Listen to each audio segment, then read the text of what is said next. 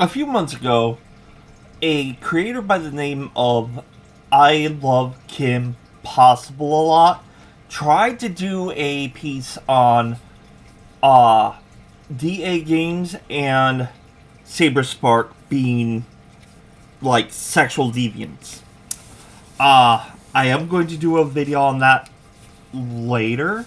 Something similar just happened to Turkey Tom. I didn't want to do this right away. I wanted to wait till Turkey Tom responded, and he has. So I'm going to take a look at the allegations and then his response. Today I am looking at the video called The Turkey Tom Allegations with All the BS by Slyboy.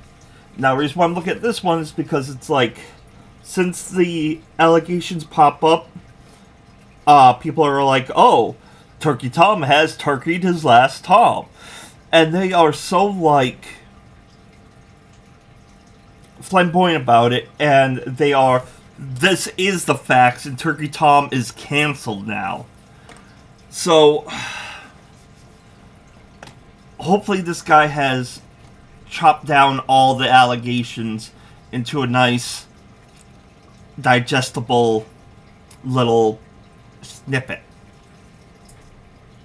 I skipped his little intro. Hi Kiwi people, I dated Tom a few months after meeting him on Tinder. I'm not super into internet stuff and had no idea what Kiwi Farms was, but this page was always his #1 search Safari thing that pops up on iPhone when he went to Google something. When I asked about the website, he got super defensive and weird about it, so I obviously looked into it and found all of this crazy stuff, like him admitting he's bi. He messaged the owner of the website, Josh. Okay, what? What? Like him admitting to being bisexual? I found all this crazy shit, like him admitting to being bisexual. Wait, on Kiwi Forms or on his phone? And of course he would get weird about it. It's Kiwi Farms. He uses it to gather information on people that he's making a video on. So it's not that weird.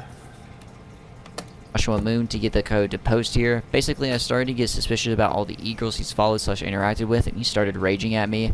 He also lied to me at first about the fact he does YouTube. He did some crazy stuff like kicked holes in the wall at a house he was renting because some e-girl who copies Belle Delphine got hacked, and the quote hacker was blackmailing him with his pics.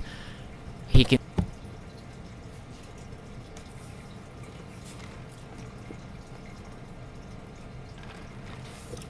Okay, so why does lying that he does YouTube have anything to do with this? Yeah, I personally would not. Like, if I stopped dating Korn and I dated someone new, I wouldn't be like, oh, by the way, I'm on YouTube. What kind of pickup line is that?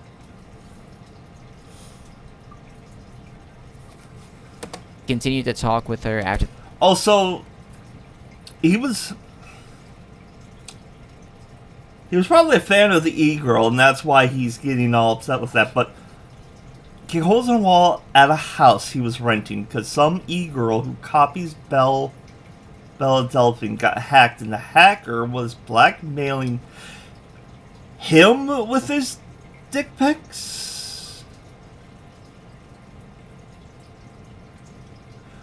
He continued to talk to her after the fact. I have screenshots confirming all this, attached to a couple, but what? That's such a non-issue. I don't know where you're going with that. To the fact, I have screenshots confirming all of this, attached a couple, but I think I have more. This guy is a real freak and likes to record encounters, X-rated encounters, without asking first during almost every time. During almost every time. And how do you know he likes recording it? That's another question. I know for the fact he's done this to at least one other girl, serial quote gooner, and has flown out several e-girls to sleep with. He told me he has a file on his computer called quote just in case. That's basically voice memos or calls from his exes to blackmail them with in case they ever said something about him. Thought I would get the message out and confirm y'all's suspicions. Also, if this gets out, to warn any other young women in the Texas area about this dude. Okay, that's just...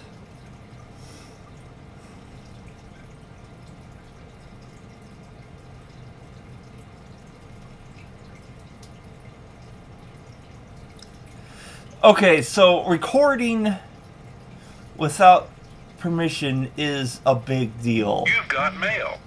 But there's no proof of this? At least so far? And how would you know that he's done that? That's my biggest question. All right, so that was a lot, and I'll get into some of the stuff that she references there. The first thing that struck me as really odd is, why is this happening on Kiwi Farms? Especially given that she says she doesn't even really have any familiarity with this site. She's posting on it because he saw he would post on it. That to me is strange. In addition to that, and this is something the people who run Kiwi Farms have spoken on, Kiwi Farms is kind of in a lockdown right now, so she had to email someone to get a code to create an account specifically for making this post. So I did not know that. Huh.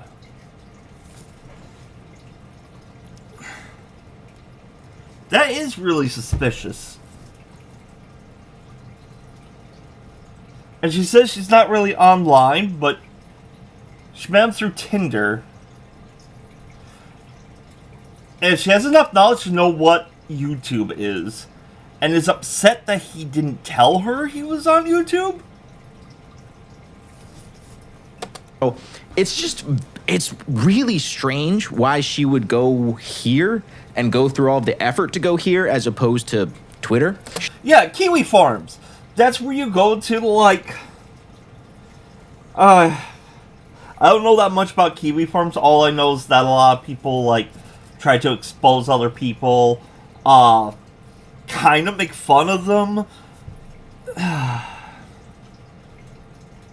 And I think that's why it's on lockdown, so that, they're not flooded with people who's like, oh, Markiplier likes AI. I saw it once on a thing in my dream. She never really provides any clarification on that. There are also some really odd details about her story that she does get pressed on within the thread that I feel like she doesn't really give a satisfactory answer towards. We will get into that as well in a bit. Now, there are a variety of ways in which I feel like she is kind of undermining her own story by pressing on certain details or trying to imply things without saying them. Like, he's a total freak. He kicked holes in the wall when this e-girl was being hacked. And was being threatened with his own dick pics.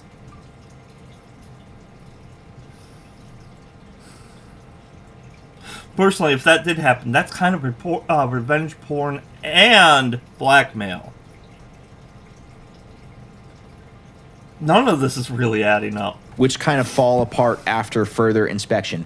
There is more tangible, concrete stuff that, again, kind of gets buried here.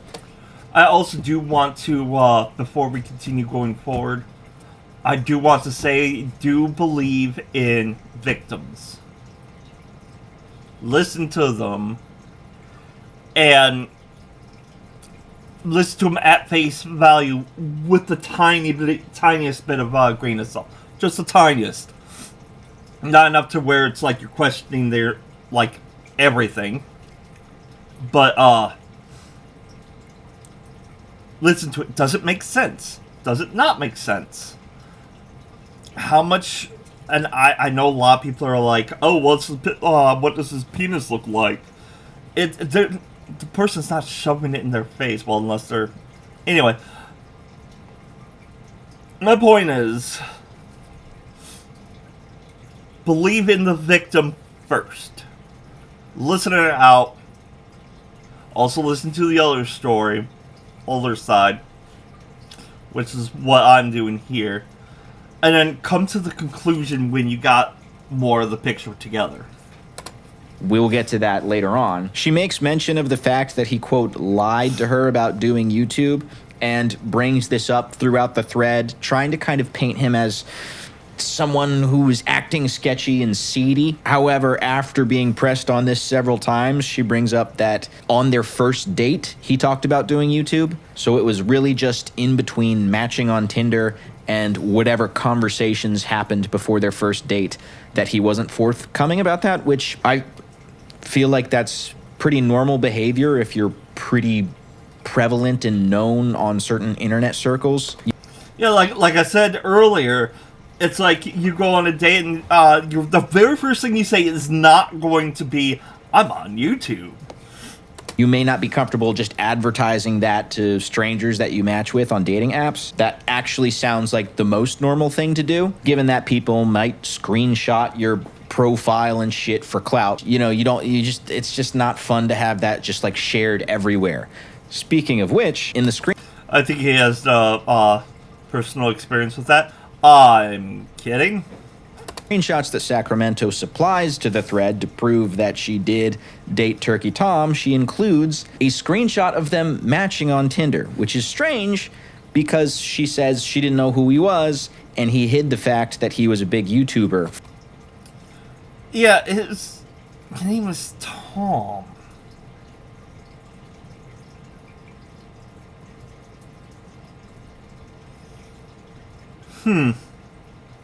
From her until their first date, which apparently is a big deal. So she didn't know who he was, but she screenshotted him the second they matched on Tinder. Somebody in the thread asks her, why would you do this? And she kind of skirts around the question. Were you aware of who he was before you started dating, seeing as you screenshotted your Tinder match? Like, what did his bio say about what he did for a living? I didn't connect the dots about who he was till after. His bio was blank. I might have said something about videographer. His Tinder profile was mostly just pictures of him flexing, usually his phone covering his face. Now, I totally get that some people do screenshot their matches on the apps for safety reasons, especially a lot of women. However, screenshotting someone's profile before you go out to meet them and screenshotting the one screen that pops up for 10 seconds. And I could tell that's Turkey Tom, like a quarter of his face is hidden by the camera. And people, that your phones have a switch function for a reason. You don't have to take the picture in the mirror. You could flip it to like the little inside camera and then pose that way. Anyway. On Tinder when you first match with them. That never comes back, by the way. Those are two different things. And it's very weird that it would be the latter. You'd think if this was a normal woman screenshotting something for safety reasons, it would be after they'd talked, screenshots the profile that has some information on it. That wasn't the case here. One of the things that a lot of people who are on his side, like in the YouTube sphere, said is that you had a screenshot of you matching with Tom. And they said that was strange because in your story, you said you did not know him before you met up, but you took a picture of the match. Is there a reason for that? Yeah, I took a picture of a match because I could kind of tell there was like something weird about this guy. Like I didn't know if he was famous or whatever. And also I did that to other people as well on Tinder. There was something weird about this guy. I didn't know if he was famous or not. But also I do it with other people. The fuck? Just like everybody you matched with to like gossip with? Like girlfriends? Yeah, like a couple of them. But yeah, he seemed like kind of weird. So I took pictures of our match. What about his like bio was like, oh, I gotta document this in case I go missing or something? Like what stood out as weird? He was like covering his face a lot in the pictures, and there was something really off about him. So yeah. Again, I will reiterate that a lot of this story really, really gets bogged down by really pointless, frivolous, stupid shit. And if there is truth to this story, that like it's hurting the story that's the case, and that's frustrating to me. So, for instance, probably the worst point that she brings up is him punching a hole in the wall. She brings this up in her opening first initial post to the Kiwi Farms thread, the thrust of which was, hey, I just want to warn people in the Texas area about this guy, right? Implying that he's a dangerous person. She says he did some crazy shit like kicked holes in a wall at a house he was renting because some e-girl who copies Belle Delphine got hacked and the hacker was blackmailing him with dick pics. Now, to me, the pretty obvious implication of including that in that opening statement is to imply that he's crazy, he's violent, potentially physically abusive. But there's a big difference. And also, I'm thinking she's also trying to paint him as a gooner. Like, she mentioned e-girl. It's like, oh, I like this e-girl, and she just got hacked, and now I'm being threatened with dick pics. Which would insinuate that he sent the dick pics to the e-girl. Which might be true, they might have dated. And then the hacker's like, oh, hey, this is Turkey Tom's penis. Revenge porn, which is illegal. Between punching a hole in the wall because you're having an argument with a girl and punching a hole in the wall because you're being sextorted, because you're a victim of a sex crime. What's more, we find out much, much, much later in the thread that she wasn't even there when the hole was punched in the wall. Please drop any photos you have, perhaps around his house, photos of the holes he punched in his walls, any evidence of violence. Sorry to sound pushy, but this is basically essential at this point. He showed me the holes in his wall IRL on FaceTime, but didn't get a picture. Frowny face. He told me he was paying the owner of the house he was renting to get them fixed. LOL, I can send pictures inside of his gamer room. Sacramento also spends... Okay, so... Granted, she didn't think of taking the pictures, and Tom's probably like, oh yeah, I went and did this, I'm such an idiot. Gotta pay the landlord the money to repair it. I'm so stupid. I personally wouldn't be taking pictures either, but I could send you pics of his game room. Why would they want that? They want the proof that he had punched holes in the wall. A pretty extensive amount of time building the case that Tom is into age play, which is, you know, obviously very controversial, and a lot of people would consider that to be a level of degeneracy that is a bit too far. I don't know how I feel on age play, because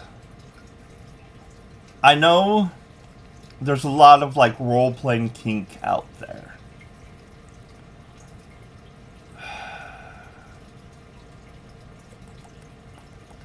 It would be weird if you wanted your partner to be underage. That would give me the ick personally. Like, no, why would we want to do that? But I don't want to say it's okay to do. It's weird. Like I said, it gives me the ick. But is age play illegal, though?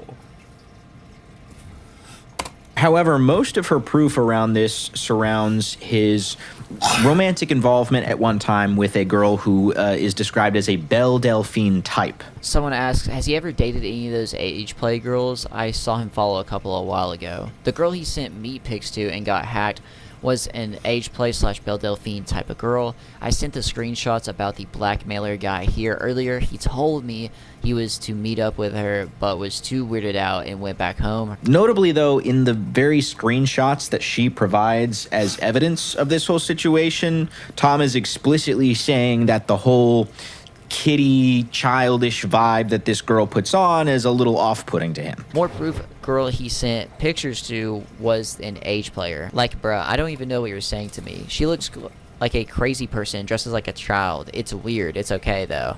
I agree, she is weird and disturbed. I don't know what to say. I was taking anything at that time. I have Gooner mutuals with her, unfortunately. I'm just a little creeped out, but that's okay. I also got creeped out, and she was nuts, so I stopped talking to her. The genre of women are demons. Every one of those types I've met, like, actually messed me up. I was friends with her for a while, and she was insane and messed me over. Yeah, well, this chick is insane too. I feel bad for how bad her mind is, so shrugging emoji. She dresses like a kid, so I think it's weird. No offense. Yeah, I don't know what that's about. Now, in the interview, both Katie... So... he's not into age play?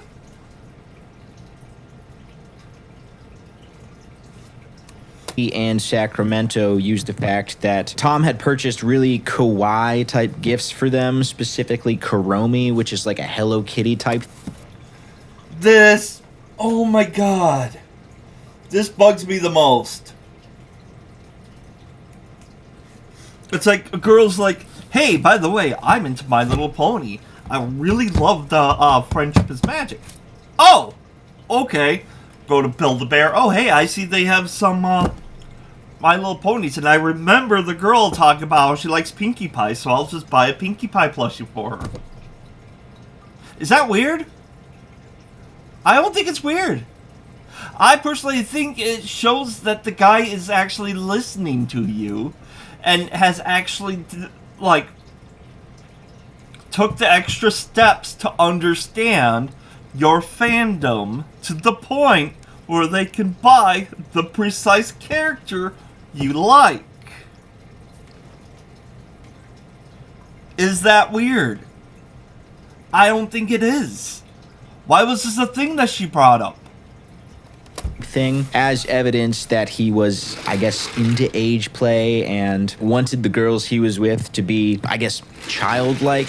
Okay, so he was trying to find like another, like, who was into, I guess, age play. I mean, I don't want to like just jump to that and say like, oh, he's definitely looking for age play, but like Monster High. Definitely. I don't want to like say like put the words out like that, but also at the same time, I mean, if you're looking for a bitch who's into dolls and Hello Kitty and Velcro children's shoes, then like. Yeah, that's like in the kids aisle at Walmart. This is the Monster High stuff. Yeah. I find it funny, that's the second time he brought up Monster High. I think someone's into Monster High. And me. Okay.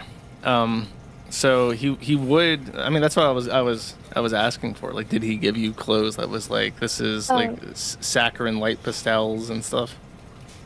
Yes, for my birthday gift, he bought me a whole bunch of Hello Kitty type stuff. Like, in some of the pictures of the age player lolicon girl, Ellie, she's wearing these Hello Kitty pajamas, and he bought me like those exact same type of pajamas and other like stuffed animals, stuff like that.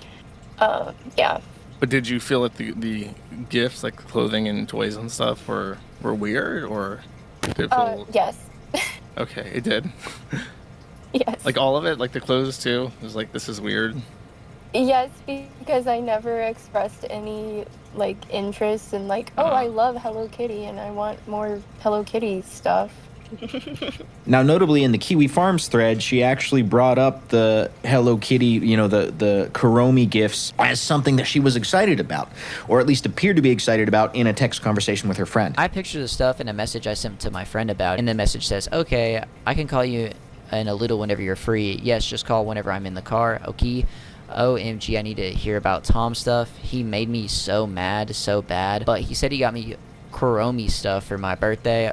Oh my goodness, girl. He really the king of mixed signals. What? Now, you could maybe say she was just happy that she was getting gifts in general, okay? Maybe that's what was going on there. Does feel like it's a little bit of conflicting information, but you could give one the benefit of the doubt. Overall, I think just he bought me kawaii stuff, therefore he's like an age play quasi. And you don't need to be a kid to like Hello Kitty. Korn likes Hello Kitty. So it does not make sense to me. I mean, hell, I'm still into Transformers and dinosaurs. File type creep.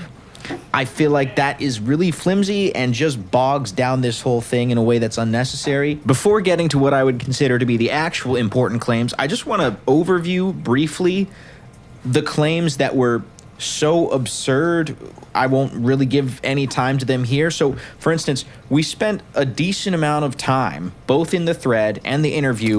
Yeah, he already covered the stuff that I, personally, just think is a non-issue. Yeah, the only thing that was concerning what she said was videotaping sexual intercourse with without permission. Because that is creepy behavior. Discussing whether or not Turkey Tom is bisexual. A big question a lot of people had, there's been speculation that he's bisexual because he's made weird comments about finding men attractive. He said it himself at one point. Do these people not pay attention? And what's wrong with that?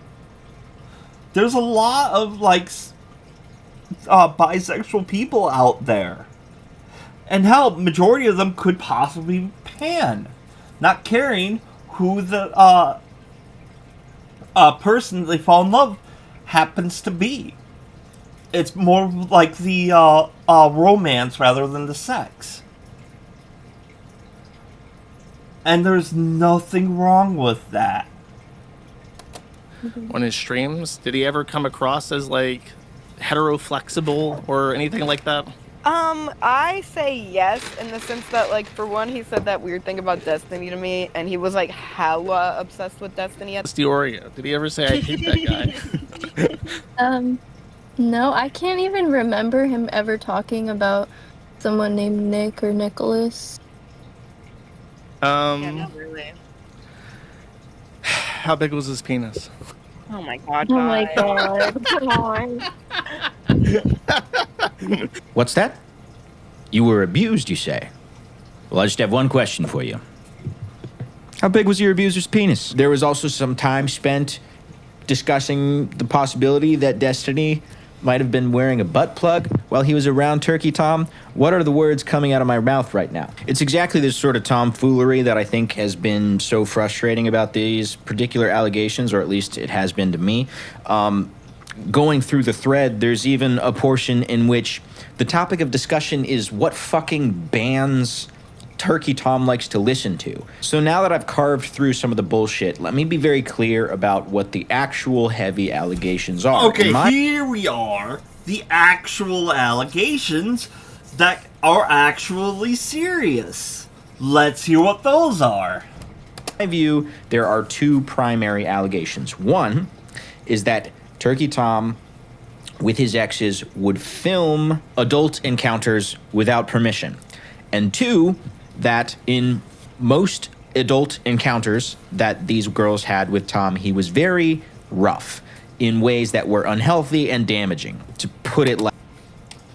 So, that's the thing that I've seen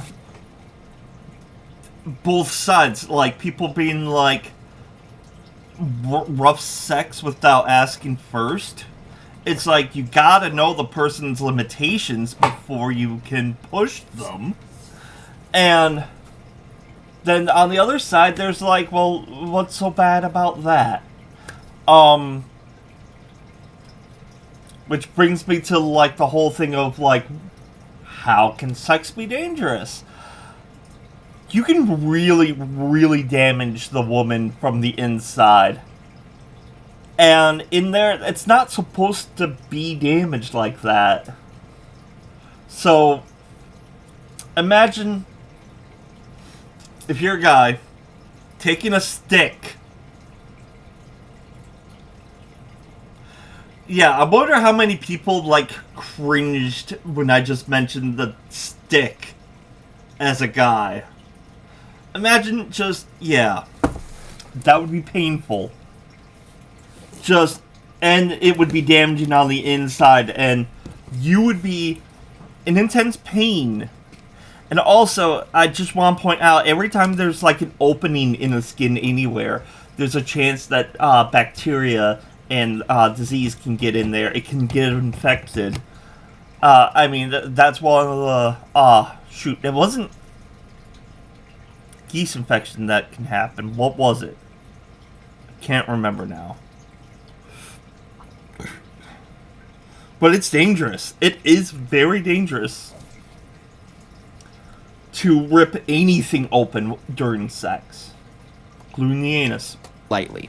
We'll get into exactly what that means. Now, for the first of these allegations, the filming without permission, let's go into that opening statement again. So Sacramento had said, this guy is a real freak and likes to record encounters without asking first during almost every time. I know for a fact he's done this to at least one other girl. And that's all we get in the beginning. Now, that is incredibly vague. What does that mean? What were the dynamics of that? Are we talking about a fucking secret hidden camera here? Further on in the thread, she talks about it more, and she opens up by saying, I'm not alleging anything illegal happened. So, mind you, that this is the second most heavy of the allegations in my view. Now, the second is heavier in nature, and I'll be spending the bulk of the time on that. This one very much plays second fiddle to that, so keep that in mind. I'm not alleging anything illegal or saying it was revenge X-rated material or anything. What I meant was he wouldn't ask before and proceed to take his phone out mid-session actively to film.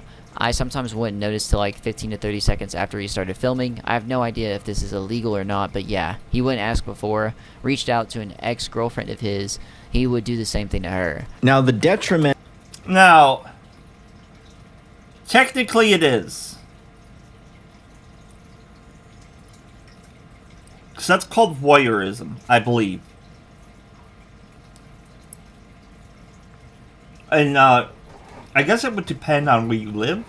But yeah, I'm pretty sure recording without permission is illegal.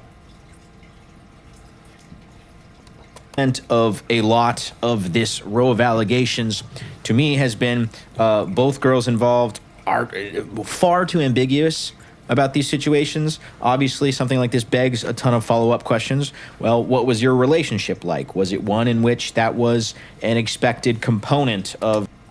What did you do when you noticed that he's actually recording? Did you stop and be like, no, I'm not comfortable with that? Did you continue? Did you bring it up to him in any way, shape, or form? Of these encounters.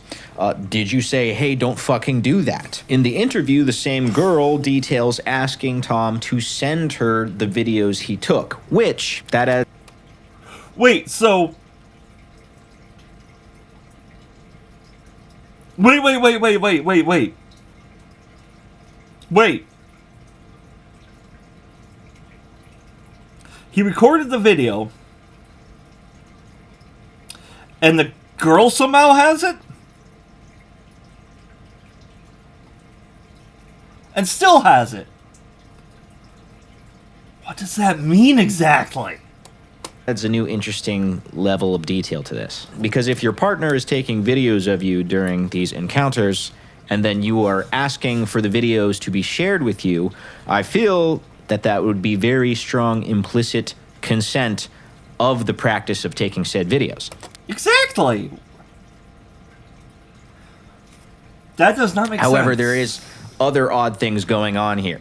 And what really concerned me about this is that I was like, you know what, okay, like he's just filming me during sex, but I had asked him multiple times if he could please send me the videos, so like he's not the only one who has videos of me naked, and he either ignored the question or was just like, no. So he's How basically... many times did you ask? Maybe like 3 or 4 times. That's very odd, if true, extremely concerning. Wanting to film your girlfriend in that. Okay, so she didn't obtain them. She asked for them. Got it. Way, and then not be willing to share it. I don't even know what the impulse for that would be, but it certainly doesn't feel right. My overall point, though, is it seems like the filming of these encounters, for better or for worse of either party, I suppose, were kind of an expected component of the relationship. Now, I think where it comes down to is there was no initial question of, hey, can I film this? It just started happening, which is basically as much as Katie, the other girl in question, details. Literally every single time we had sex, he recorded it, and he never asked. Literally just one time I like looked back and I was like, oh, that's a phone. So that's not amazing. For most of their relationship, that seemed to be an expected thing, though. And all I've combed through this, I've not been able to find an instance of either girl saying they said explicitly, hey, do not film me. Maybe you still consider that to be a crossing of boundaries that he didn't ask in the first place. It certainly seemed like it wasn't appreciated. I kind of I think at the end of the day, it kind of depends on the dynamic of the relationship and how much people felt like they were informed on the dynamic there, which it sounds like neither of these people felt like they were properly informed of how the dynamic of that situation and that relationship was supposed to play out. The heftier claim, though, is about his level of roughness in these encounters. I don't want to get into anything. Yeah, I just want to reiterate, I don't really have a problem with the rough sex, as long as it's consensual, which she's painting that it wasn't. Illegal, but during, our sessions, he was very rough. He would choke and hit me in the face. I don't think anyone he knew in real life knew about this. Okay, so again on this claim, she's saying she doesn't want to allege that anything illegal happened, which is strange because she has said she has talked both to law enforcement and is talking to a lawyer. And again, is spewing all of this stuff on Kiwi Farms, which to me doesn't sound like a good strategy, but I guess it's not my business what strategy she wants to employ. Point is, though, I think this is just some maybe legal ass covering. I'm not sure. I feel like the implication is bordering on something obviously prosecutable or suable or something some way or another. Please provide proof of the misuse allegations, the allegation of X-rated impropriety, etc. I don't think it's that hard of an ask. It's hard because he was very careful about what he said over text, and again, I'm not alleging anything illegal, just that he would hit and choke because he was super gooner. Sort of normal. He would hit and choke because he was super good. What? Sort of normalized it in my head, but it's definitely not okay to do that. Okay, there is something I've been wanting to ask the women of the internet. While you're doing, it is okay to not be okay with sex in the middle of doing it. If that happens, bring it up to the guy. If he continues, then you got a little bit of a problem. But talk to the guy about it. Don't tell him that it's okay when it's not okay. Because if it does wind up being a rape case, the guy will be like, oh, why didn't you tell him to stop? Tell him to stop. Put up a fight. If you feel like your life is in danger, that's a different story. I can't give advice for that. But, if it's a guy that you're actually dating, let him know. It's like, hey, I'm not okay with this. Can we not do it or do something else? If he continues to insist on doing the thing that you're uncomfortable with, then maybe he's not the right guy for you. Just, I know there's a bunch of situations, and I know there's a bunch of people that's going to be like, oh, you don't know how it is. And you're right, I can't argue with you on that. But, just a suggestion, talk to the guy about it. Don't tell him that it's okay and then go on the internet saying that he raped you and he's a piece of shit. Tell him you don't like it. Normalized it in my head, but it was definitely not okay to do any of that. Again, I will make the criticism that it's just very ambiguous, very vague what exactly is being alleged here. The sort of normalized it in my head comment really makes it sound like it was an expected, to some degree, communicated part of their relationship. There are a lot of people who are into rough things, okay? Who are all adults. So what exactly are we alleging here? That's what I'm trying to nail down. Are we alleging that there was coercion? That's not really been expressed so far. As we get further into it, we'll get more comments that reveal more, but it kind of has to be coaxed out. What's more, text messages she provides as proof shows that there was open communication about this, acknowledgement of it. This also comes with the revelation that apparently she was bleeding after sessions, which is not supposed to happen, and very concerning, and that's something we're going to get into in more. Yeah, I agree. That is very concerning, and that is a definite sign that you're doing it too hard. Like I said, it's like doing it so that you rip her inside can cause a lot of complications. more detail. This might be too personal, but text about being hurt and bleeding after sessions, I really don't have much evidence because he was so careful and told me all of this was normal. And here are the text messages saying, like, we don't need to do it 3 times in one day. Laughing, crying emoji, or do it hard, I hurt and bleed. Well, if you don't want to have as much sessions, we don't gotta. We can do other things. Okay, I like doing other things too. So you did talk to him about it. And he was like, oh, we don't need to be doing that. So Netflix without chill?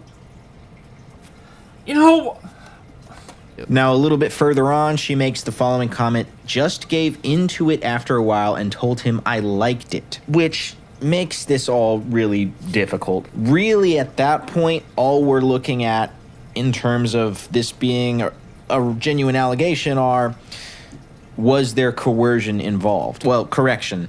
Was there coercion, and how did this transpire before she got to the point that she told him that he liked it? Now, she states something further on that he never initially asked about it. So similar to the situation with the filming of sessions, it seems it was a thing that kind of just started, and because there was never a explicit, hey, I don't like that, it was considered okay.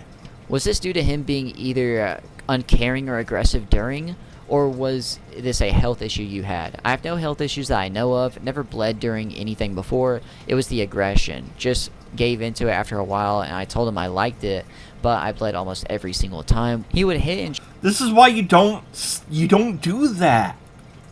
It's hurting you. Let him know that it's hurting you. choke without ever asking me if it was okay, and yeah, I'm thinking about it. Probably going to be one of my last posts on here when more stuff eventually comes out about him. Just want to warn y'all. We never had any conversation really about like kinks or like what we were into, like other than like bare minimums of yeah, we never even had like any bare minimum talk about sex. It was just like, do you want to have sex? Okay. Okay, and the few times you would say anything about like that's too far, it was just like completely not like. Did he react at all? Did he say anything? Was it just like not really? ignored? He'd be like my bad, maybe like fix how he's acting for like 2 seconds and then do it again. So we get kind of a variety of different dynamics explained about how these encounters would go, ranging from it hurt, but I didn't say anything about it, I eventually told him I liked it, to sometimes it would be really uncomfortable and I would say, hey, this is too much, and then he would kind of let off for a little bit, but then gradually, it would become more aggressive again. We also have screenshots of kind of a tacit communication in which she is pointing out, things are a little rough, and he says, yeah, I get things are a little rough, I'll lighten up a little bit. You're really strong, because sometimes when you are on top of me holding my wrists, I feel like my wrists are going to break in half. I also feel like I've gotten used to the D, because at first it used to hurt so much, but now it's not so bad anymore. He says, my bad, I shouldn't be so aggressive, but you're also like 100 pounds, so that's another part of it. Sacramento and Tom eventually breaks up. We get this exchange between Sacramento and a friend of hers, in which she says, hey, I just broke up with my boyfriend. I'm thinking about going to the police. Can you write a statement for me about what I had communicated to you before? And then we get the following statement from the friend. Sacramento shared with me one evening that during sexual transactions with Thomas, she would vocally exclaim that he was being too aggressive and that he was hurting her, and that he would disregard what she was saying and proceed to engage with the transaction, even after she pleaded for him to stop because she was in pain. So this is yet an entirely new testimony. Mind you, it's fully possible for all of these different dynamics to have taken place at one time during different sessions, but they're all very different dynamics. This one is probably the most aggressive of anything that's alleged in this entire video, because this is full-on R word that YouTube doesn't like. Not retard, the less fun one. Now, in the interview, the interviewer does not bring up this specific claim to Sacramento, and I don't know why the fuck not. This is by far the strongest claim, and it kind of slipped through there. Katie, the other girl in question, talks about her very similar experiences, smacking, hitting, choking, and bleeding after sex. Okay, so I think it's just going to be a lot of the same there. This is Turkey Tom's response to the whole allegations. Took so long. I wanted to make sure I had all the facts together before saying anything. Recently, I've been accused... You know, I'm going to stop it right away. That makes sense. Pro Jared did the same thing. He came with receipts. He looked at both the people that was making accusations towards him, at the same time dealing with his own divorce. So I think what Turkey Tom did was smart. By an ex-girlfriend along with an ex-partner of non-consensually filming sexual encounters, being so rough and inconsiderate during sexual encounters that it bordered on assault, encouraging eating disorders, being into age play, along with a litany of other completely baseless, false accusations. The two women... Personally, that's poisoning the well, but let's continue.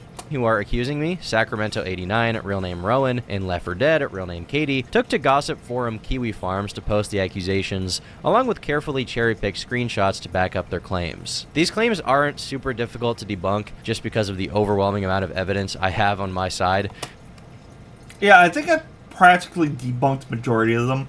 The only two ones that I'm really concerned about are the videotaping and the rough sex. So without further ado, let's start with Sacramento or Rowan. This is a girl I dated for about 7 months, from May of 2025 until January 10th of 2026. 4 days later, she made her first post. Here, she alleges that I am a real freak and like to, quote, record sexual encounters without asking for consent. This is blatantly untrue. I have never recorded any sexual encounter without explicit consent. As a matter of fact, with Rowan, she was the one who initiated the idea of filming sex acts in the first place. On Tuesday, August 19th, after 3 months of knowing each other and being sexually active, Rowan texted me saying, "You should get those meta glasses when you crack me." I responded by saying, "For what?" And she answers again, "Cracking time," alluding to me filming her with the glasses onboard camera. Now, at the time, I did not feed into this. I did not show enthusiasm. I didn't even agree to get the glasses. I just responded and said, "Good night, sweet dreams." So 1 whole week goes by with... Interesting. He brought receipts. Now, I know it's like receipts can be photoshopped, but looking at these, I don't think so. Without us talking about it whatsoever. And then on August 25th, Rowan texts me saying, "You should get those meta things for real." So I respond by... This looks like real screenshots.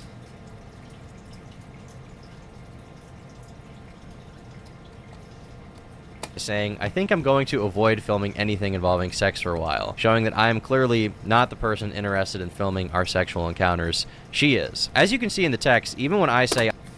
Hold on. Hold on.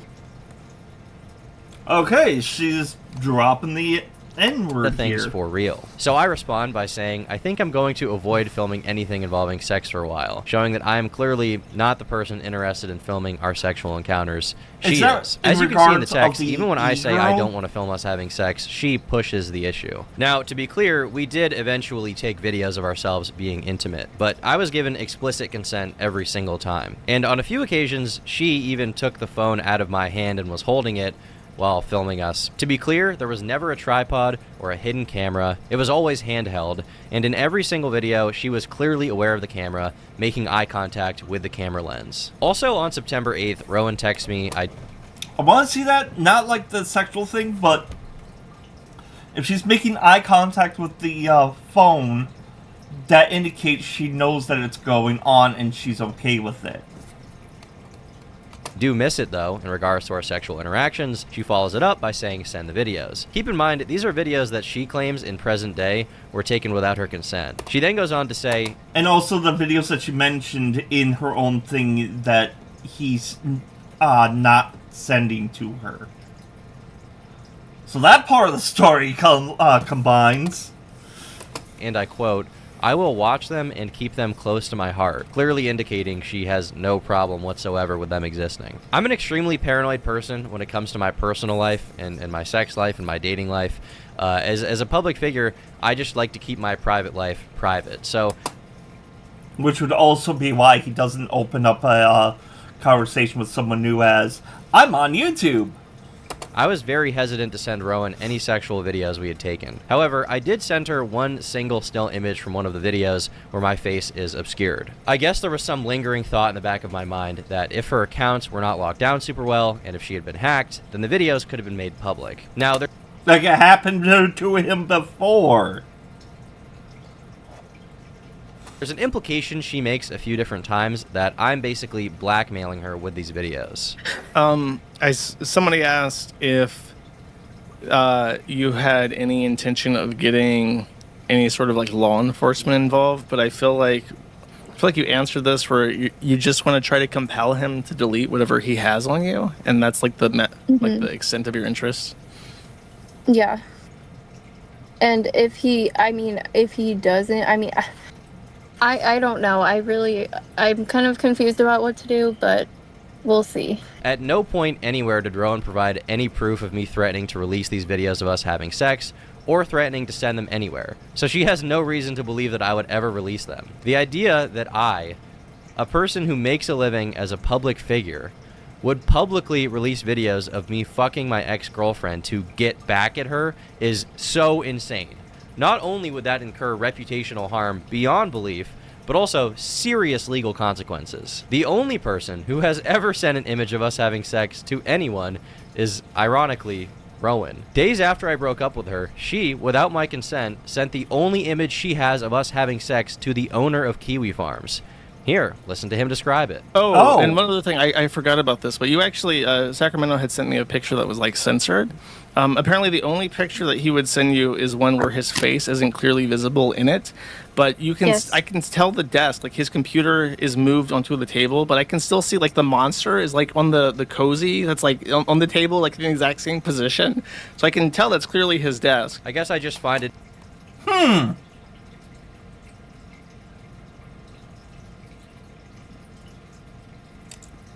So she used it for blackmail. Awesome!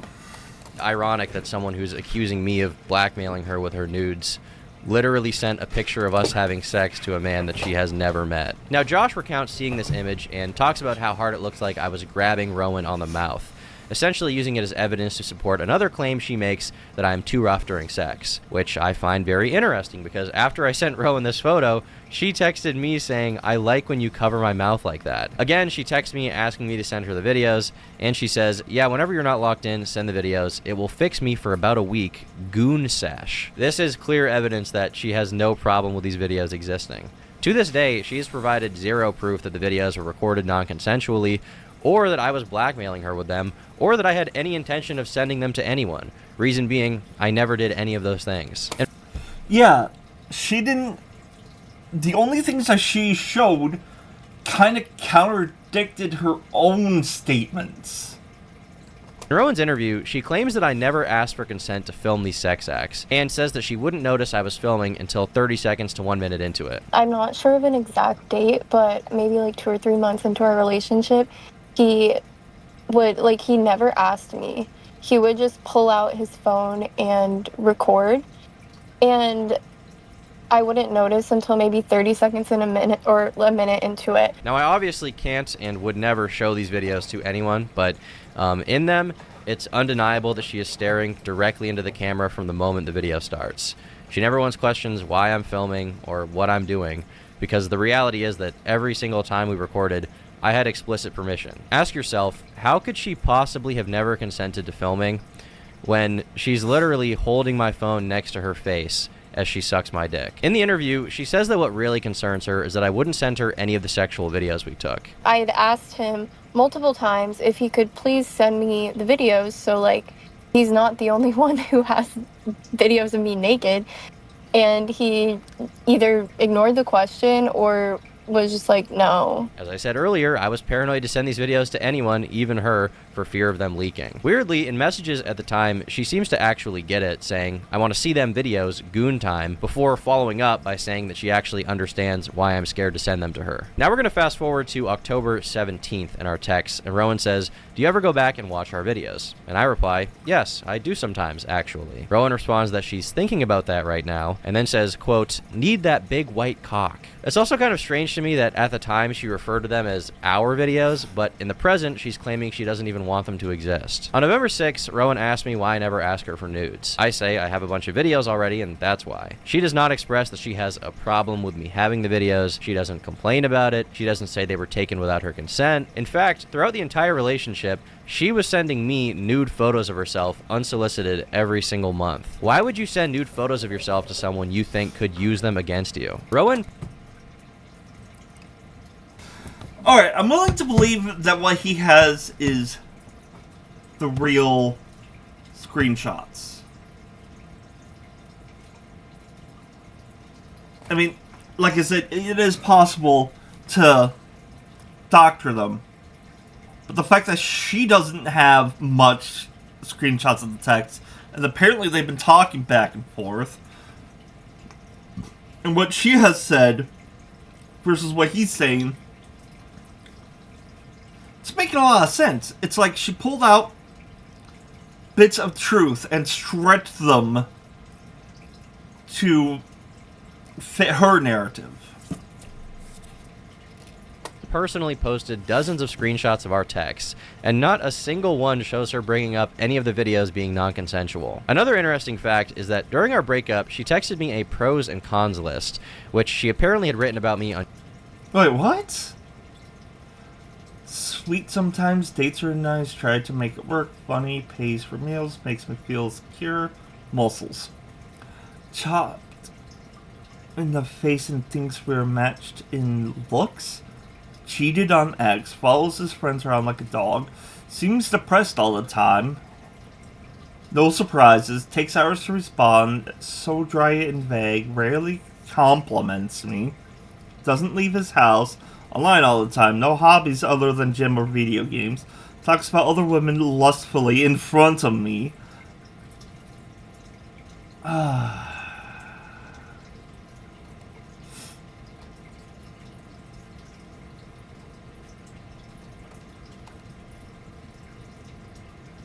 Sent dick pics to a Belle Delphine copycat before.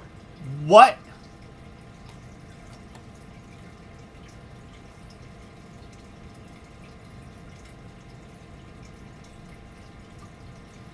On January 4th of 2026, and in the con section, she complains about a lot of things, but she doesn't mention non-consensual videos whatsoever. With that out of the way, we can move on to Rowan's claim that I was sexually abusive towards her.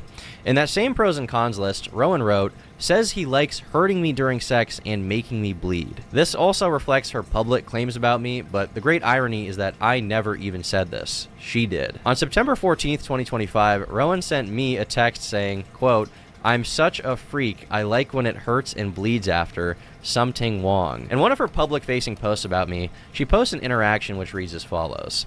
She says, quote, "Like, we don't need to do it 3 times in one day, or do it so hard I hurt and bleed." And I said, "Well, if you don't want to have as much sex, we don't gotta. We can do other things." And she says, "Okay, I like doing other things too." The way this screenshot is cropped, it comes across like I'm some, just super callous freak who's brutally jackhammering her vagina like... Personally, I don't think that because she brought it up to you and you're all like, oh, okay, we can do something else. But I did notice something. Mining diamonds. But in the full uncropped screenshot, her immediate response to me after that is...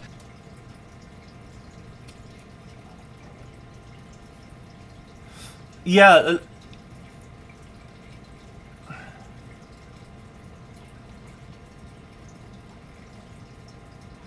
Yeah.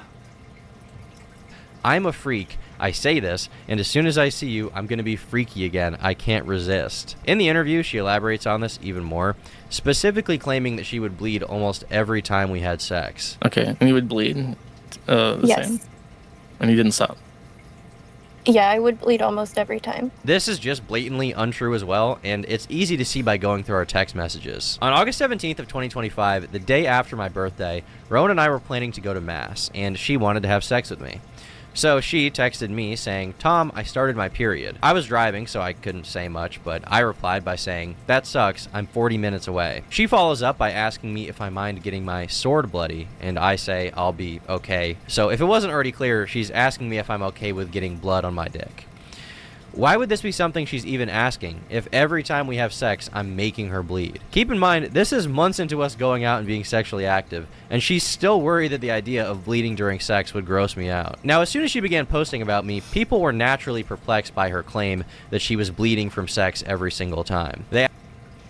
So,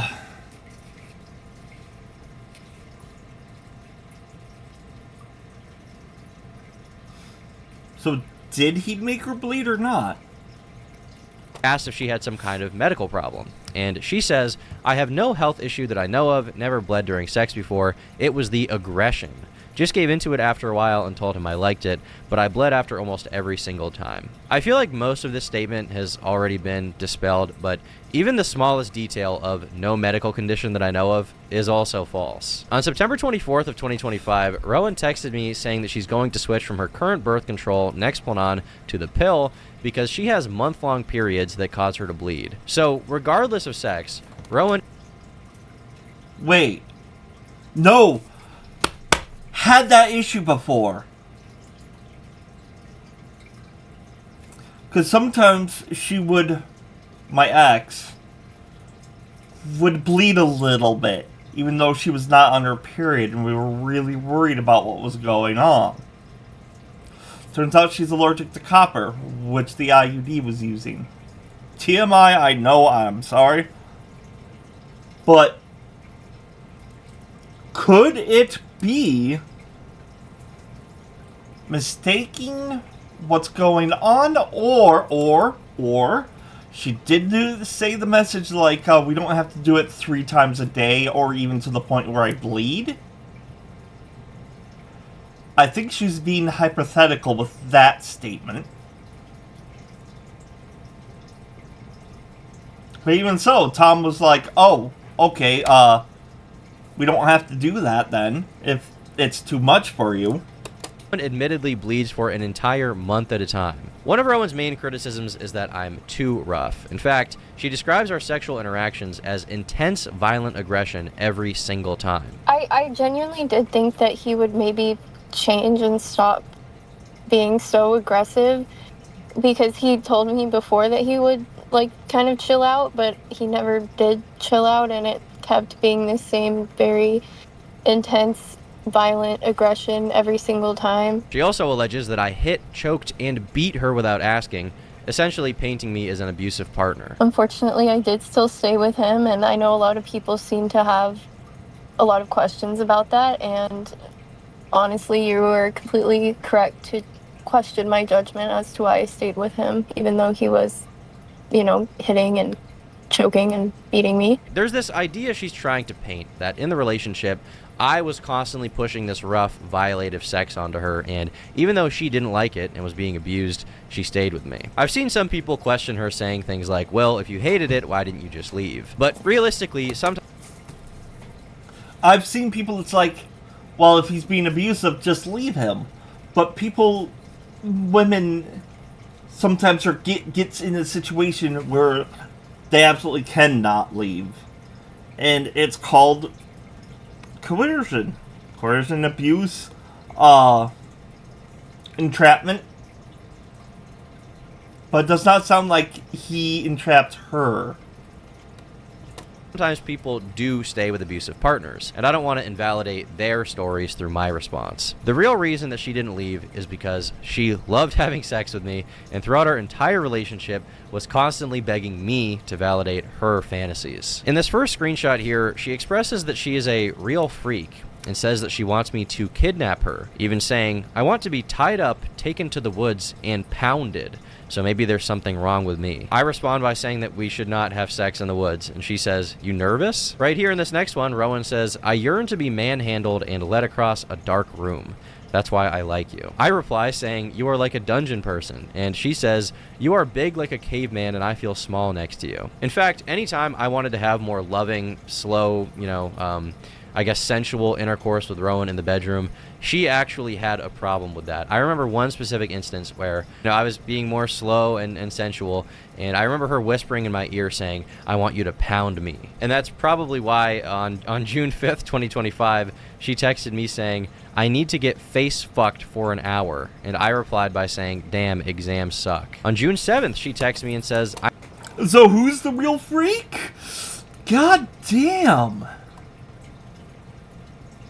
I'm excited to get fucked borderline domestic violently. At one point in the interview, she states that one time I was angry at my ex-girlfriend, and that the next time we had sex, I was particularly aggressive. This is a very strange thing to accuse me of, given that on October 13th, Rowan says verbatim, sometimes I want to fight you just so you be more angry when you fuck me. She clarifies saying, I do like that though, even without the fighting. So at every opportunity, this girl is publicly saying, oh my god, look at all this horrible shit he did to me. And So was she building him up to be aggressive?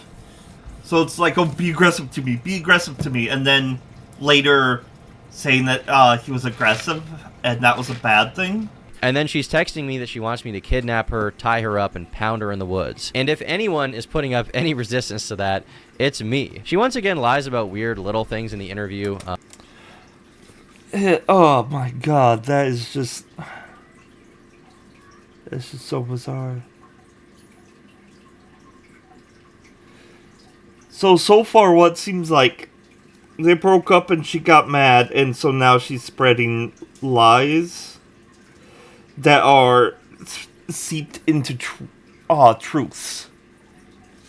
To hammer this point home, let's go over some more texts where Rowan talks about sex. On Friday, May 16th, she texts me asking when I'm free and says that she needs my, quote, big dick. And I say, don't say and she says, it is, and I need it. On May 18th, Rowan says she's not used to being with someone with as big of a dick as mine. She says that it hurt her, but she wants to do it again, and she won't be a pussy about it. Some of her public claims about me are... So even if it wasn't rough sex, apparently it's big. So it would hurt and possibly tear a little bit.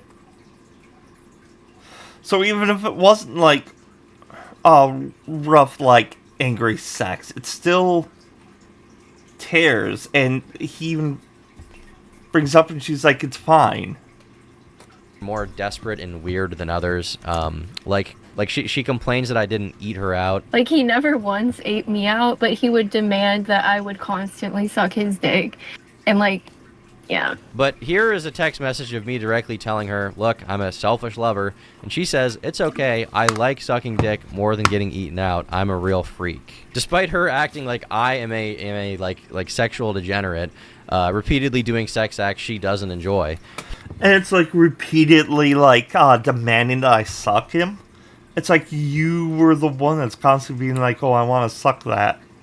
Here she is saying, you match my freak, kind of. Not you're too freaky or we've been too freaky. She says that I match her freak. Here in this next one, she says, I'm getting on my knees as soon as I see you, by the way, freak mode. In this next one, I give a little bit of input. I tell her I'm thinking about her pussy.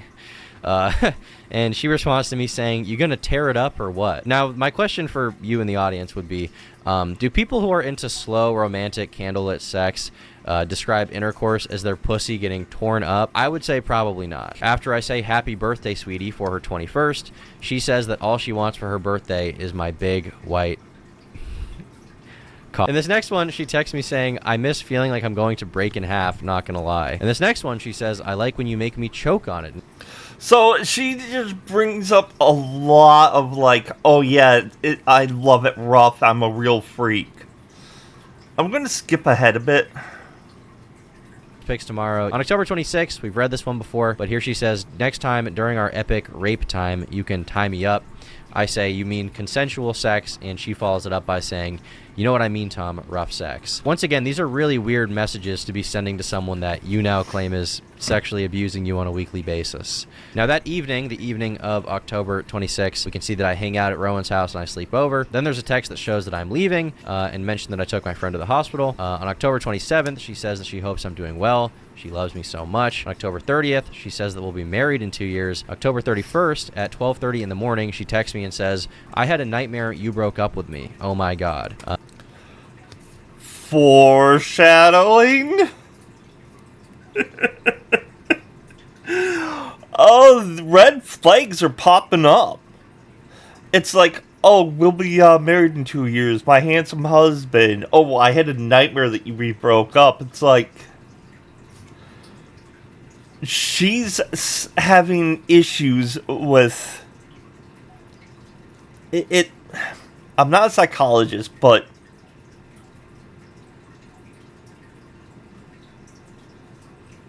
I can't think of words. But it seems like she is being really hyper, not gooning, but more of like obsessing.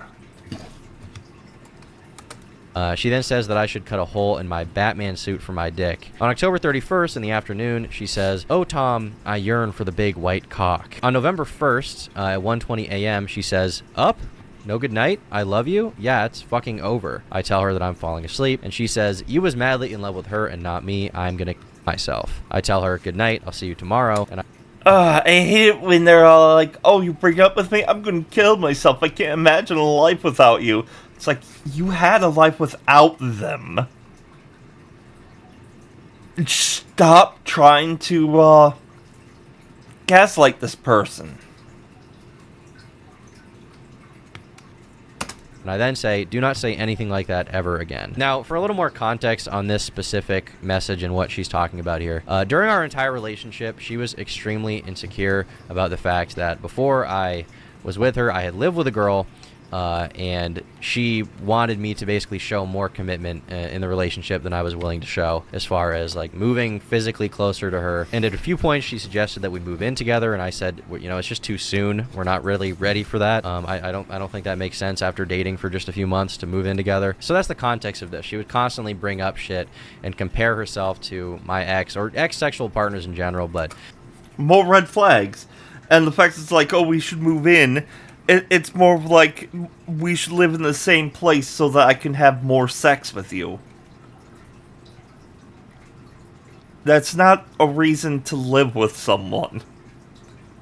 my ex-girlfriend, and I was like, don't say stuff like that. Like, I'm dating you right now. Stop worrying about this. So later on in the night, she texts me saying, mass is needed. I am such a sweet girl and have love in my heart for you. I know this. And this carries into the morning where she says, hi, my sweet love. The next day around noon, she says, sorry for being kind of bitchy. Let me know when you're on your way. I say that I have arrived. We take a photo in our Halloween outfits. And on November 2nd, I say that I made it home. And she says that she hopes that I have a good day. So we've now made it through the entire month of October. And there's no indication of any kind of abuse, any kind of mistreatment, or even really anything negative. Mail on you again, is it not? On December 24th, she says that I am a sweetie pie. She's grateful for me. She wants to make me nut again, in her words, and she hopes we're married for a long time. On January 2nd, she sends me a naked photo of herself, again, unprompted. And the morning of January 8th, Rowan texts me saying that before she comes to visit me, she needs to know that my dick is working. Less than 36 hours later, I broke up with her. So as you can see, the texts don't lie. Rowan was blatantly the more sexual one in the relationship. I've produced evidence of this nearly every single week, and she...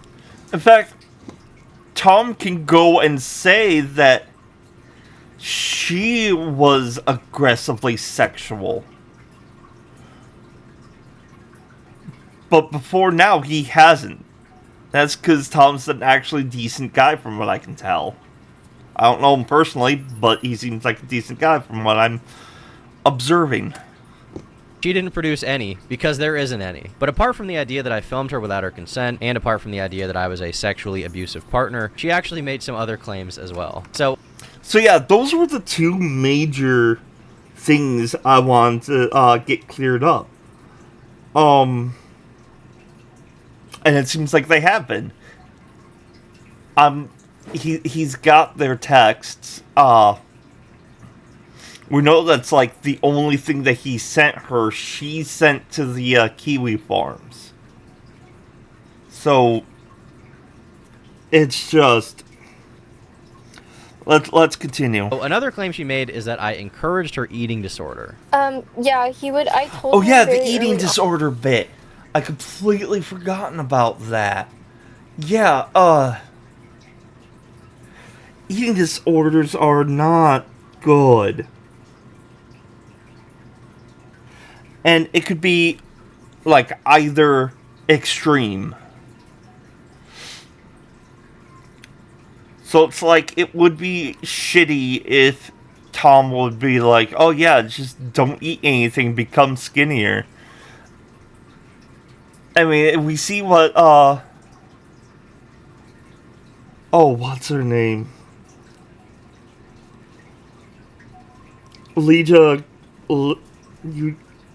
Eugenia Cooley? The skeleton with skin.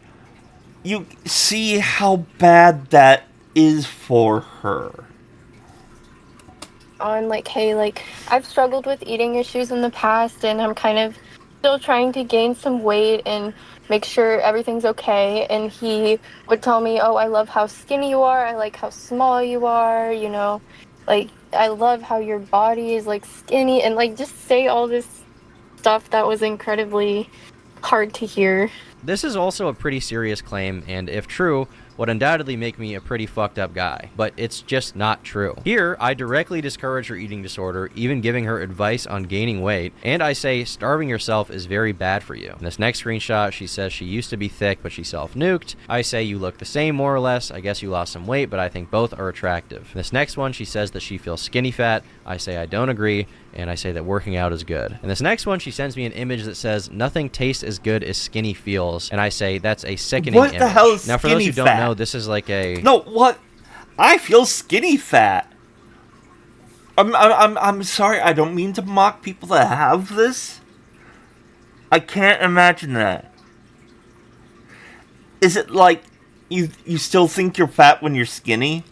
Because I know that happens, and that is such a terrible like mindset to be in, and my heart goes to people that can never think that they're skinny enough. You're good the way you are. As long as you're healthy, your body can function, all your organs work the way they're supposed to, you're good. It's like a pro-anorexia slogan, I guess you would call it. Here in this next screenshot, she asked me if I'd still like her if she gained weight, and I say yes. Here in this next one, I tell her explicitly she should eat more food and drink protein shakes to gain weight, and I also tell her that gaining weight would be healthy for her, as well as saying, I just want you to be healthy. Here in this next one, I tell her that I find her sexy how she is, but that it could be healthy for her to gain 5 to 10 pounds. So this is now 7 instances of me actively discouraging her eating disorder, despite her lying and saying that I was egging it on. Now, one of the other allegations that Rowan has levied towards me is that I'm into age play. She's not alleging that I did it with her, she's alleging... Yeah. The age play. There was no evidence of this at all. All she could do is like, he gave me like Hello Kitty stuff. That I did it with another girl named Ellie, who I briefly talked to 2 years ago. Now, there's no proof whatsoever that I did anything close to age play, but I did text her about these allegations, and she clearly states that I've never done age play. An ex-girlfriend of mine named Kai, who I dated for 3 years, also publicly posted on Twitter saying that I never abused her and that we never did anything related to age play. So this brings the total counter up to 5 people: Rowan, Katie, Ellie, Kai, and another random girl I banged a year ago named Maddie, who for some reason came out in the midst of all of this to post pictures of herself in my house. And all... Instead of like hashtag me too, it'd be more of a hashtag pick me. All of these people say that I never was into this fetish with them. The closest thing I've ever engaged in when it comes to age play is that sometimes girls do call me daddy during sex. It's a little embarrassing given that I am me. Oh, that's a joke around here. Corn going, oh, daddy. It doesn't mean anything. In fact, I am still like 7 years older than her, so... I accept that it's something people are going to see as a little bit strange. All I can really do at this point is accept that it's something that I've done. And I think that Rowan should accept it about herself too, given that she also called me daddy during sex and over text repeatedly. In the same vein as this accusation, Rowan stated, "One more thing to add I thought was odd. Never really expressed any interest in Hello Kitty or that type of e-girl stuff, but I had like one Hello Kitty figure in my car. As a gift, Tom bought me Hello Kitty pajamas and a bunch of Hello Kitty stuff." So Rowan essentially wants you to believe that I'm pushing Hello Kitty onto her as if I have some kind of weird fascination with it. But the truth is that I am a 23-year-old man and I don't give a fuck about Hello Kitty, okay?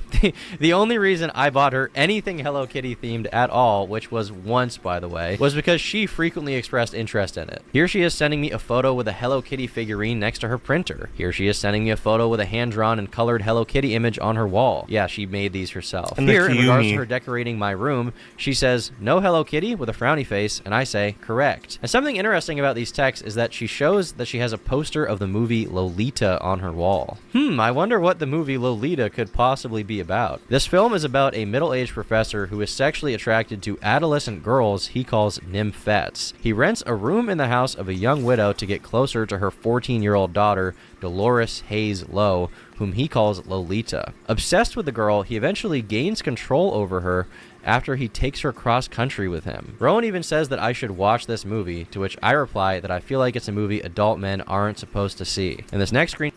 So, self-telling? I can't think of words. Shot, Rowan asks me, if I start dressing like a weird Hello Kitty e-girl, would you still fuck with me? And I replied, "No, I don't want you to do that. I find it kind of repulsive." Here, Rowan is texting me upset that she has to take down all of the Hello Kitties from her dorm room. And this next one is probably the strangest reference to Hello Kitty out of all of them. Here, she's sending me a video that says, "Get you a man that takes you to the Hello Kitty hotel." And under it, she writes, "Imagine the rape here." And I say, I will not imagine. Now, with some of the more insane projections and lies out of the way, I'd like to get into some strange details that Rowan also decided to lie about for whatever reason she may have. Well, imagine the rape at a Hello Kitty hotel. How's...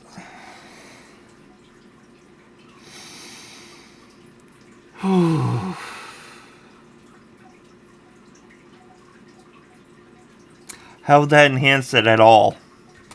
One thing that a lot of people pointed out that's strange is that Rowan had taken a photo of us matching on Tinder before we met in person. Yeah, I took a picture of a match because I could kind of tell there was like something weird about this guy. Like, I didn't know if he was famous or whatever. And also, I did that to other people as well on Tinder.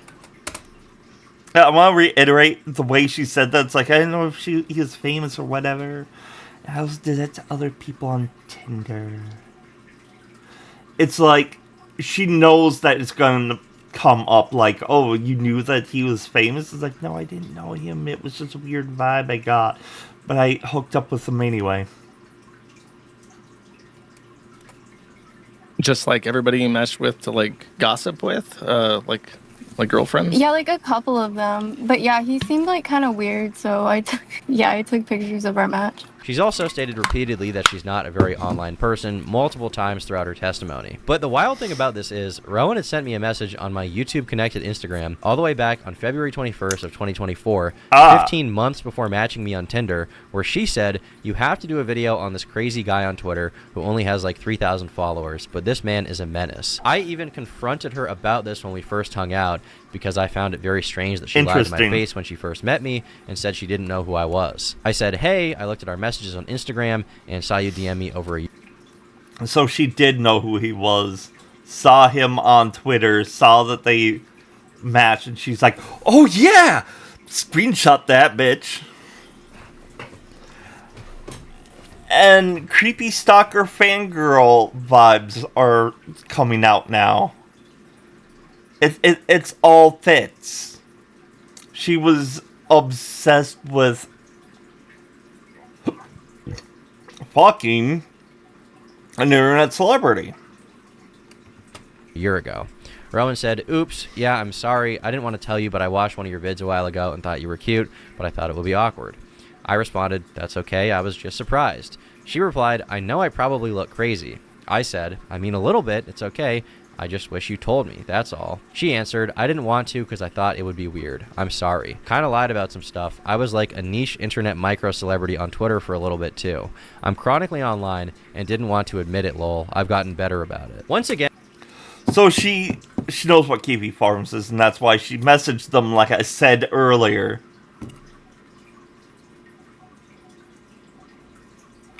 Wow. And immediately after I told Rowan that I wanted to break up with her, she began threatening to post about me online, and even began attempting to blackmail me into having sex with her again. I don't know what you want me to say to you. I just want to move on from our relationship and have you go be in your corner. You can meet other guys and it'll be fine. I'll go meet other girls. We'll just we'll break up. No, you won't, because I'm gonna make it hard for you to ever have. Why? Why is this a thing? I hate this. I hate it so hard. Be in a relationship. Why? Because you don't deserve one. Why? Because you're a piece of shit. Why? Because our whole relationship, you act like everything is all about you the whole time.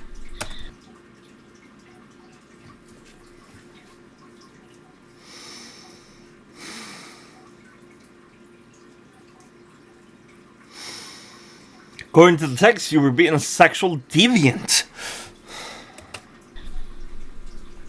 Okay. You don't give a fuck. You're just an awful guy, and I'm so sorry that your mom raised you. She seemed like a nice lady, but clearly she did something very wrong. Okay, Rowan, I just want to move on and have my life, and you'll move on and have your life. And we can be in our own corners. We don't have to do damage to each other. We don't have to cause each other any more anguish, okay? I just want to see you again, though. Like, do you think we'll ever be able to see each other? After the way these conversations have gone today, I really don't think so. Why? That makes you sick. Because you're, like, threatening to blackmail me. I'm not. Well, if you don't come see me, then I will. I stated blatantly that I... You're blackmailing me. I'm not. But I'm blackmailing you to blackmail you if you, like, don't have sex with me. Yeah, I'm blackmailing you. But I'm not. But I am. I did not want to have sex with her. I didn't want to be with her anymore. I just wanted out of the relationship. This is something she was completely unwilling to accept, and that's why after I stopped talking to her, she proceeded to call me over 30 times and texted me 80 times with no response. She is publicly... Hold on.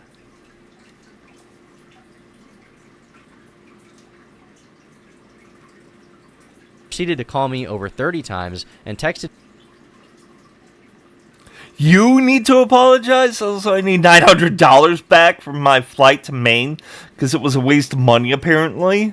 Good luck impressing the next BPD whore with your limp dick.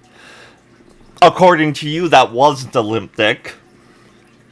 You have screenshots.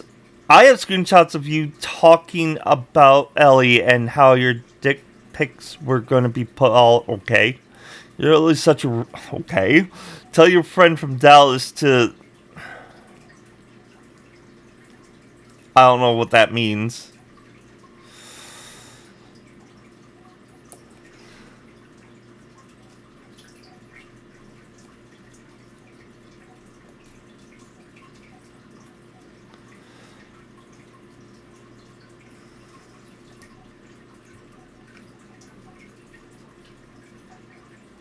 Literally sit at home all day, so nothing, have no hobbies except for gym and video games. Have a high body count, but you think you're this high value man. It's great. What? Also, you're like mad chopped in the face. I had to look past it. I'm done being a hater. You have a lawyer. You can't record me without consent. Posting text screenshots isn't illegal, dumbass.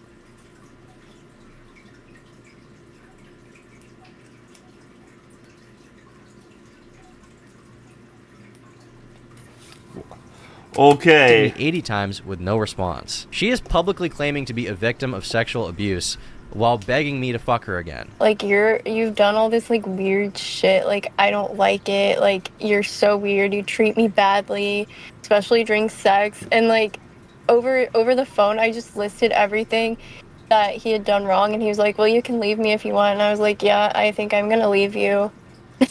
That's basically what happened. But there was no like specific like. Did you guys talk at all between breaking up and then? Tom and I?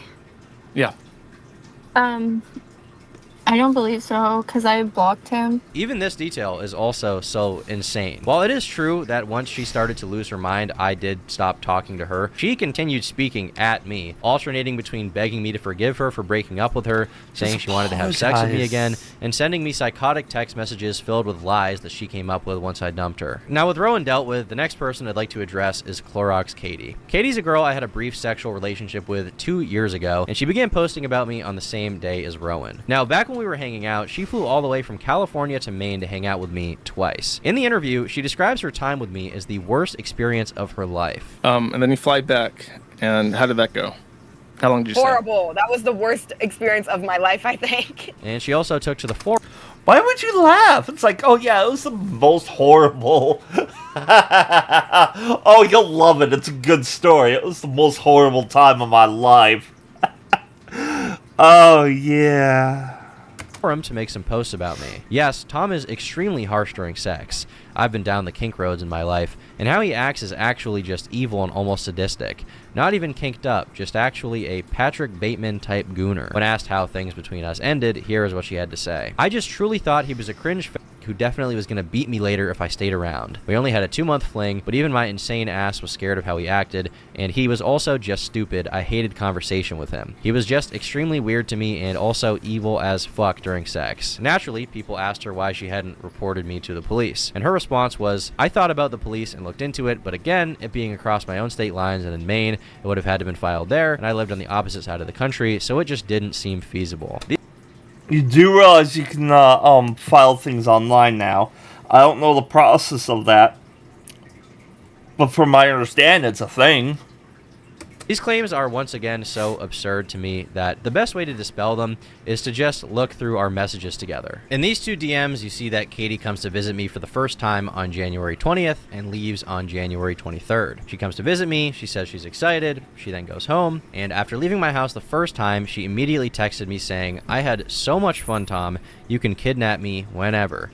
I feel so alone in my bed. She then says that she has to come back. Now, days after coming the first time, she sends me nudes. Once again, this is kind of a weird thing to send to somebody that you're claiming is recording sex with you without your consent. Why would you send this person nudes? She then sends me nudes a second time, says she needs it, says so starved, so deprived, and she says that she misses me so much. Getting there, she says that she is starving for me. Now, March 15th, this is when she leaves, she says I still have her toothbrush, but that I have to let her come back. Now, keep in mind, Katie, in her own words, said that this second time visiting me was the worst experience of her entire life. How long did you say? Horrible. That was the worst. It's because he broke up with her there. Well, not really break up. They weren't dating, were they? Experience of my life, I think. She basically describes being physically abused in the interview. She even says that while we were having sex, she would ask me to stop doing something, and I wouldn't. But that did not happen. You may also recall her stating that she ended things with me because I was such an insufferable person to be around. She claims that after the second trip, she began to realize she was a victim. Yeah, and that's kind of like when things really started piecing together to me that I was like, wait, I think I am a victim right now. Like, something's not right here. In her words, this is why she stopped talking to me. She says that she was scared of me. She says she was scared that I would beat her. Well, on March 20th, which is after the second visit, she texts me saying, Tom, I really like spending time with you, but I'm kind of worried about if you actually like me or just using me. Lol. I'm just BPDing, and so I'm tweaking and need reassurance. Are you just having fun with me or do we have something? To which I respond, well, I like you and I think you're cool and perhaps we even have something. However, I would make a bad boyfriend, so I don't really want to date anyone officially, I guess. Yeah. I was abundantly clear with my intentions with her. I did not want anything serious at that time. But but apparently this is the period she began to realize the true extent of my abuse, which is probably why after we had already hung out the second time, Katie tries to arrange a third meeting with me, saying she wishes that she was in Ohio, where I was at the time, and I did not reciprocate. After this proposition, she slid up on my Instagram story 12 times over the next 10 months, and I did not slide up on her story once, not a single time. So ask yourself, do these texts sound like a girl texting a guy that she finds evil and sadistic, a guy that she was even debating going to the police about? Because to me, it seems crystal clear that she enjoyed our time together and even wanted to hang out a third time. You gotta keep in mind here, she flew across the entire North American continent twice, from California to Maine to see me. After the second time, she wanted me to be her boyfriend. I didn't want to, and she then repeatedly made efforts to contact me and hang out with me again. Now to close... Yeah, I'm just gonna stop him there. I have cut out quite a bit. If you want like the full thing, you can go to his video to watch it. It's called My Side. I'd say, just like with Pro Jared, this was a slam dunk.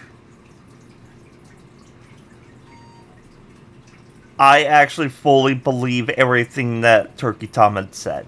At first, I was like, okay, he's showing us messages, but it's like, it doesn't show, like, the name, but it's like, most of them do. And you can tell it's, like, the same, from the same, string of text. So, yeah. I think Turkey Tom fully proved his innocence in this. And besides, it was such a... Aside from, like, the sex stuff, it was mostly a nothing burger. And it does really seem, like, as she said, she's trying to destroy his reputation as a boyfriend. And all of this because she can't have sex with him anymore. That is just really gross. I don't think he has a defamation case here. Unless she goes and tries to destroy his career on YouTube. Ugh.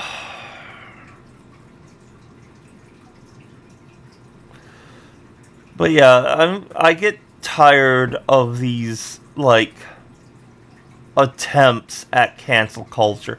Even happened to Danny from Game Grumps. Girl came forward and she's like, oh, we had sex this one night and he ghosted me.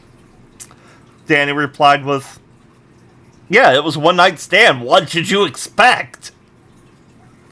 Oh...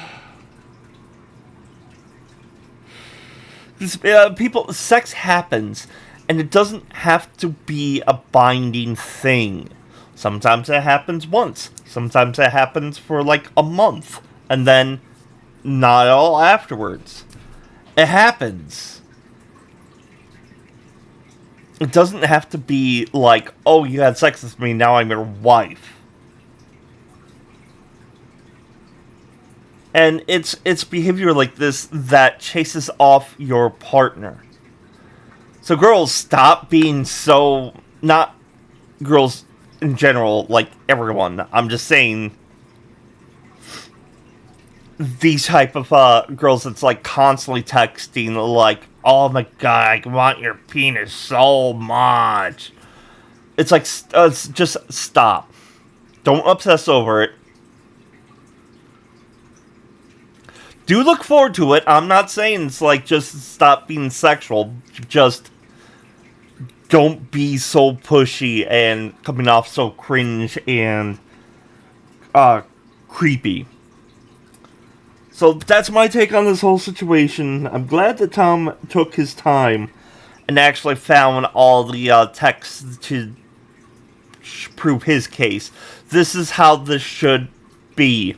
How people respond to these allegations.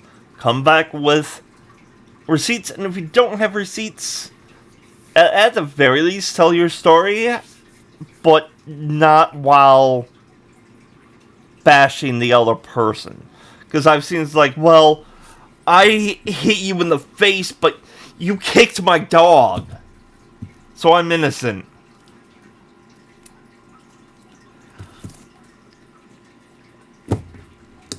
So let me know what you think in the comment section down below. Be respectful. Click on whichever like button you think is appropriate for this video. Subscribe for other things I do, and until next time, stay decent.